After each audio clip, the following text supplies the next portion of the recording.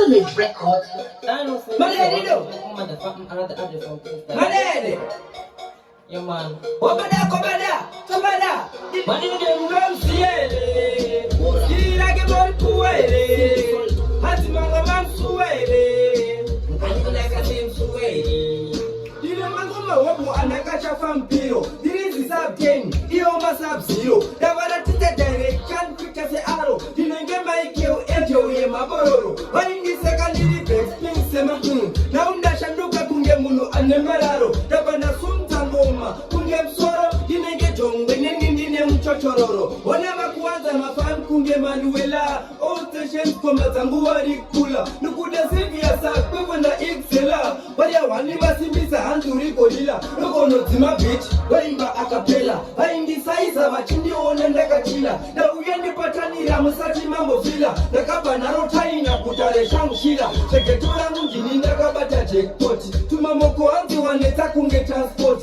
Mama vakani tiki web John Peter. Saima sanandu kutambira kuchu spoti. Sinendo pera kuno ku high court. Nupika bitch kunge jacket kweteka shoti. Kandira pata saka chindi tambi tambot. Kune wasina kuza somu mozo pula foot. Ya indo waroenu zigijan mawashi. Koma nima gigize kufurashi maflashi. Indiri ashi. Sawindire kinyendo kubemesa karoshi. Panaune zulano kukrosha ne kroshi. But like Peter patoshi. Nadi wane mamogo mangwe alonu wafishi. Sakandiri badi funza MC kushi. Why not?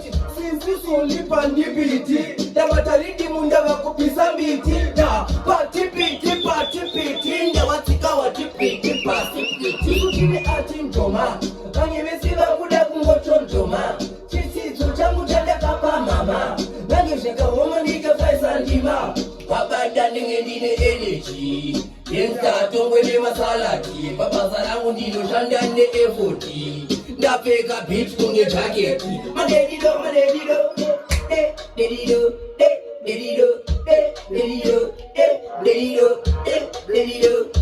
Wabada kwa badido.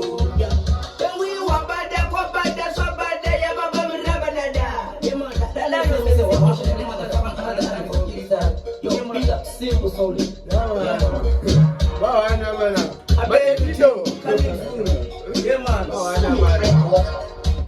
Follow Madedido.